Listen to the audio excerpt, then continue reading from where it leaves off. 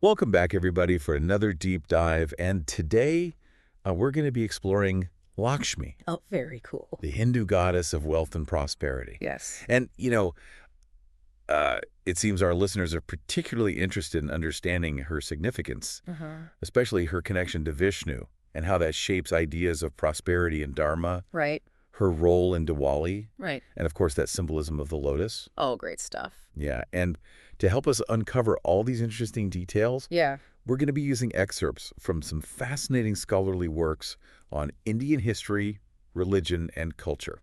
It's going to be good. So I'm ready when you are. let's dive in. Okay. So it's fascinating how Lakshmi embodies abundance in all its forms. Yeah. We often think of wealth as purely material, but she represents so much more than just money. Right. You'll find references to her as the bestower of plenty, which hints at her broader influence on spiritual and intellectual prosperity as well. So if Lakshmi is about more than just material wealth, what does abundance truly mean? Like, what comes to mind for you when you think about a life filled with abundance? Hmm. That's a really good question.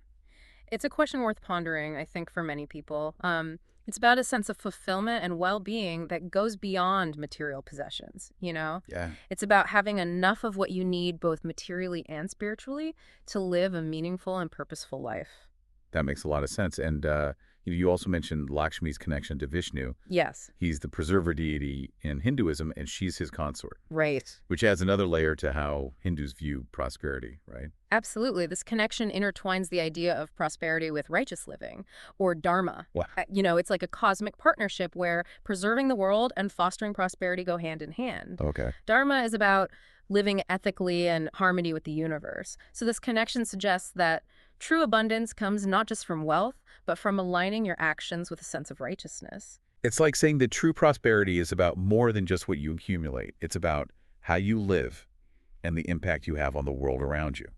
Exactly. And, we can see how this idea played out historically. Yeah. For example, during the Gupta period, kings used Vedic Brahmanism rituals to legitimize their rule. It's almost as if they were trying to blend religious and economic power, seeking both material wealth and spiritual legitimacy. That's a fascinating connection. Yeah. And it wasn't without its critics, right? Yeah. Our sources mention the Shramanic sects like Buddhism that emerged around the same time. Right. They challenged the rituals and social hierarchy associated with Vedic Brahmanism, Okay. offering alternative paths to spiritual liberation. It highlights that even back then, people were questioning the relationship between wealth and power and exploring different ways to achieve true abundance. So how do you see this idea of balancing wealth and ethics playing out in your own life? Well, for me, it's about being mindful of where my resources come from and how they're used. It's about making sure that my pursuit of prosperity doesn't come at the expense of others or the environment. It's about aligning my actions with my values.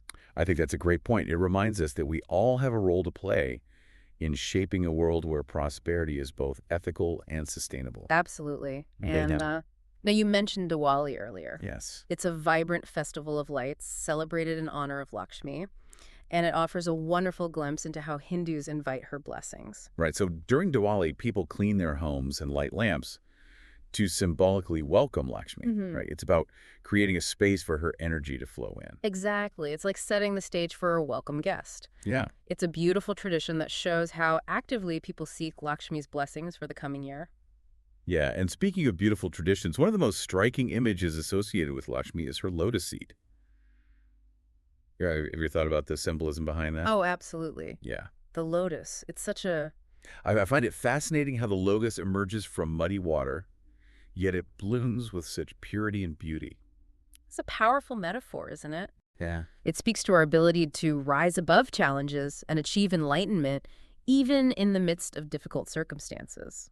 Right. Just like the lotus, we can strive to cultivate inner purity and strength, regardless of the external environment. And it ties beautifully into Lakshmi's own story as well. Yes. She's often depicted as emerging from the churning of the ocean, symbolizing the creation of abundance from chaos. Uh-huh. It's almost like saying that prosperity isn't something we passively receive. Mm. It's something we actively create through our efforts and resilience. That's a great observation. The churning of the ocean is a powerful image that speaks to the constant cycles of creation and destruction in the universe. Right. And it suggests that we all have the potential to find abundance even in the midst of challenging times. Yeah, and the fact that this lotus imagery appears throughout Indian art and architecture, from ancient temples to modern structures, speaks to its enduring significance. Absolutely. The lotus isn't just a pretty flower. It's a symbol deeply ingrained in Indian culture, representing the journey towards spiritual growth and the potential for transformation that we all possess. It's incredible how these ancient symbols continue to hold so much meaning for people today. They really do, Yeah. and they offer a valuable lens through which we can understand the complexities of life, including our own desires for prosperity and fulfillment. Now, it's interesting to think about how Lakshmi's role might have evolved alongside India's economic history. Uh-huh. After all, India's seen some pretty major transformations in its economic systems over the centuries, right? You're absolutely right, and that's where our deep dive gets even more interesting. Okay. Let's explore how those ancient trade routes and the rise of powerful merchant classes might have shaped the way people viewed Lakshmi and her blessings. Those ancient trade routes were incredible. Yeah. Imagine bustling networks crisscrossing the subcontinent, connecting India to the wider world. Yeah. And they weren't just about exchanging goods, spices and textiles, but also ideas and cultural influences. So they were kind of like the internet of their time, spreading information, connecting people across these vast distances. Yeah. It makes you wonder how those interactions might have influenced the way people viewed prosperity and the role of Lakshmi in their lives. Precisely. And the source material mentions the city of Fatehpur Sikri, Okay. built by the Mughal Emperor Akbar. Right. It's a stunning example of architectural fusion, Yeah. blending Indian and Islamic styles. This kind of cultural exchange was happening all over India, fueled in part by the wealth generated through trade. And if we connect this back to Lakshmi, it's interesting to think about how wealthy merchants and rulers supported the construction of temples and religious institutions. Like we see this throughout history, right? Yeah. It's almost like they were seeking Lakshmi's favor by investing in these huge projects. It's a fascinating example of how economics and religion intertwined. These acts of patronage weren't just about personal gain. They contributed to the cultural and artistic flourishing of India. It's like a ripple effect. Yeah. Increased trade leads to increased wealth, which then leads to more support for the arts and religious institutions. It shows how deeply embedded Lakshmi was in the fabric of society. Yeah. Her influence extended beyond just individual aspirations for wealth and kind of touched upon the cultural and spiritual development of entire communities. And it wasn't limited to Hinduism either. Oh, okay. Mughal emperors who were Muslim also supported the construction of mosques and other Islamic structures. Uh-huh. It demonstrates how India's diverse religious landscape has been shaped by these economic forces. Right. And highlights this idea that prosperity can manifest in various ways across different cultures and belief systems. It reminds us that while we're focusing on Lakshmi in this deep dive, Yeah. her story is just one thread in this much larger tapestry of human history. Right. And, the pursuit of abundance. Yeah. Speaking of which, our sources also mention the British East India Company. Oh, yes. They were initially focused on trade, but eventually became the dominant political power in India, Right. marking a pretty significant shift in those power dynamics. The arrival of the East India Company ushered in the colonial period, Yeah. a complex and often difficult chapter in Indian history. Yeah. While the company's actions were often driven by exploitation, they also introduced new technologies and ideas that had a lasting impact on India. It's interesting that even during colonial rule, we see Lakshmi's influence persisting. Our sources mention the construction of gardens, Yes. like the Shalimar Bagh in Kashmir, Uh-huh. designed for pleasure as symbols of power and prestige. Beautiful. And who do we often see depicted in gardens? Lakshmi, of course, Lakshmi. It's like she's still presiding over this abundance, even in this context of colonial rule. Yeah. It's a reminder that people find ways to hold on to their cultural traditions and beliefs, even in times of oppression. Right. But it wasn't just about clinging to the old ways. Yeah. Indians were also finding new ways to express their identity and aspirations. The Indian nationalist movement that emerged in the late 19th and early 20th centuries is a prime example. It was all about reclaiming India's political and economic autonomy from British rule. And that movement ultimately led to India's independence in 1947. Right. It was a transformative moment, Yeah. but it didn't magically solve all of India's problems. Of course not.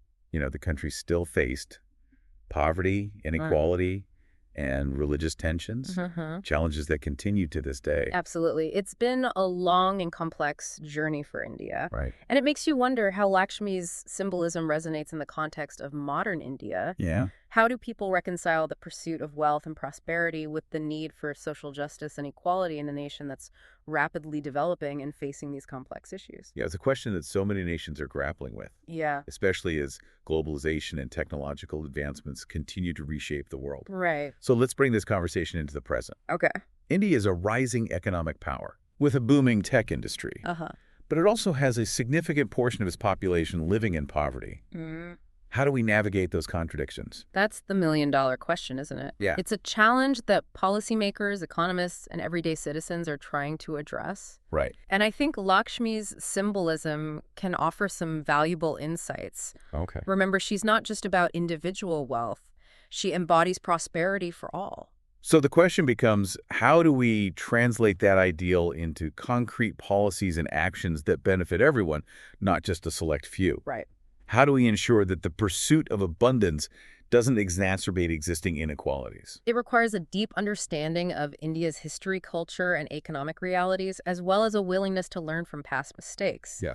Our sources mention the Green Revolution, Okay. which took place in the late 1960s. It was a massive effort to modernize India's agricultural practices, and it did lead to significant increases in food production. But it also had some unintended consequences, right? Yes, So unfortunately. didn't it lead to increased reliance on chemical fertilizers and pesticides impacting the environment? Yes. And didn't some farmers get left behind because they couldn't afford the new technologies? You're exactly right. It's a cautionary tale that demonstrates how even well-intentioned efforts to improve people's lives can have unintended consequences. Wow. It highlights the importance of considering the long-term impact of our actions. Yeah. It's not just about achieving economic growth in the short term, it's about creating a sustainable and equitable future for everyone. It seems like achieving that balance is a pretty tall order, It is. but it's clearly something we need to strive for. It is a significant challenge, but I believe it's a challenge worth embracing, and perhaps Lakshmi's symbolism can offer us a guiding principle. Okay. She embodies abundance, but also represents balance, harmony, and spiritual growth. So, Maybe her message for us today is that true prosperity encompasses more than just material wealth. It's about cultivating a sense of well-being in all aspects of our lives, both individually and collectively. that's a beautiful thought. It reminds us to be mindful of the choices we make and the impact they have on ourselves and the world around us. And it leads us back to that powerful symbol associated with Lakshmi the lotus. Yes. We've touched on it before, but it's worth exploring further. Absolutely. That image of the lotus emerging from muddy water, pristine and beautiful, is such a powerful metaphor for the human spirit It is. and our potential to overcome challenges and achieve enlightenment. It resonates deeply with Lakshmi's own story, doesn't it? Her emergence from the churning of the ocean, symbolizing the creation of abundance from chaos. It suggests that prosperity is not something that's simply given to us. It's something we have to strive for, to cultivate, even in the midst of difficulty. Makes you think about resilience, Yeah. about our ability to adapt and thrive in changing circumstances. It does, and it makes me wonder how Lakshmi's symbolism might evolve in the future. Yeah. As India continues to grapple with the challenges of modernization and globalization, how will her image and her message transform to meet the needs of a changing society? That's a fascinating question to consider, and it leads us to the next part of our deep dive, where we'll explore how Lakshmi's symbolism might be interpreted in the context of modern India's technological advancements and the rise of the digital age. So we've traced Lakshmi's presence through ancient India, medieval times, even the colonial period. But what about today? How does this goddess of prosperity fit into a landscape with booming technology and this whole digital revolution? It's a fascinating question to consider. India's digital revolution is truly remarkable. Yeah. It's just become a global tech hub, with innovations happening at a rapid pace. Right. From e-commerce to digital learning, Yeah. the access to smartphones and the internet has opened up a whole new world of possibilities for so many people. It's mind-boggling to think about the scale of this shift. It's not just about new gadgets. Right. It's about changing how people work, communicate, and even think about their aspirations. Yeah. So how does Lakshmi, this ancient symbol of prosperity, find a place in this new digital landscape? That's where it gets really interesting. Our sources don't delve deeply into this, but it sparks a lot of questions. Yeah. Is Lakshmi still primarily associated with those traditional forms of wealth, land, gold, material possessions? Right. Or is her image evolving to encompass this digital age? Think Yeah. about the rise of digital assets, cryptocurrency, online businesses. Yeah. Could there be a digital Lakshmi emerging representing the aspirations of this tech-savvy generation? It's a thought-provoking idea, and it makes you wonder if Lakshmi's symbolism is evolving. Yeah. How does that impact the way people view prosperity and success? Is it still tied to those traditional values of dharma, of righteous living? Right. Or is there a new set of ethics emerging alongside this digital world? That's a crucial question, and it also makes us consider the potential downsides. Okay. We talked about the uneven distribution of wealth that came with the Green Revolution. Yeah. Could we see a similar pattern with the digital revolution? Right. Will everyone benefit equally from these technological advancements, or will it exacerbate existing inequalities? It's a concern that we can't ignore. Just like with any huge societal shift, there's a risk that some will be left behind while others prosper. Absolutely. We need to think critically about how to ensure that the benefits of this digital revolution are shared equitably, that everyone have access to the education, the skills, and the opportunities needed to thrive. You've hit on a core theme that keeps emerging, the need to balance prosperity with social justice. Yeah. It's not enough to simply create wealth. We have to ensure that it's distributed fairly, that it uplifts communities and creates a more just and equitable society. And it circles back to that multifaceted idea of Lakshmi. She's not just about individual gain, she's about abundance for all. Right. So how do we translate that ancient ideal into action in this rapidly changing world? How do we ensure that prosperity isn't just for the few, but a shared reality for everyone? It's a complex challenge with no easy answers, but I think engaging in these conversations, questioning our assumptions and considering different perspectives is a vital step. And perhaps Lakshmi, with her enduring symbolism and her connection to those core values of dharma and righteous living, can offer us a framework for navigating these complex issues. This deep dive has been quite a journey. It has. We've explored Lakshmi's symbolism across centuries, from ancient trade routes to this digital revolution. Yeah, it's remarkable how her story continues to resonate even in the face of such dramatic change. It's a testament to the power of these ancient myths and symbols. Absolutely. They offer us a lens through which we can understand not just the past, but also the challenges and opportunities of the present. Right. And I think one of the biggest takeaways for me is that prosperity isn't a fixed concept. Yeah. It means different things to different people across different times and cultures, and it's constantly evolving. Absolutely. And that realization challenges each of us to think critically about our own definitions of prosperity. Right. What does it truly mean to live a fulfilling and abundant life? What are our aspirations, and how do we ensure that our pursuit of those aspirations contributes to a more just and equitable world? These are questions worth pondering as we move forward, and they remind us that this deep dive isn't just about Lakshmi, it's about us. Yes. Understanding our place in the world and how we can contribute to a future where prosperity is a shared reality for all. Well said. So thank you for joining us on this deep dive into the world of Lakshmi. It's been a pleasure. We hope you've gained a new appreciation for her multifaceted nature, her connection to those enduring values, and how her symbolism continues to resonate in our ever-changing world. Keep those minds curious, keep questioning, and keep seeking those connections between the past and the present. We'll see you next time on another deep dive exploration.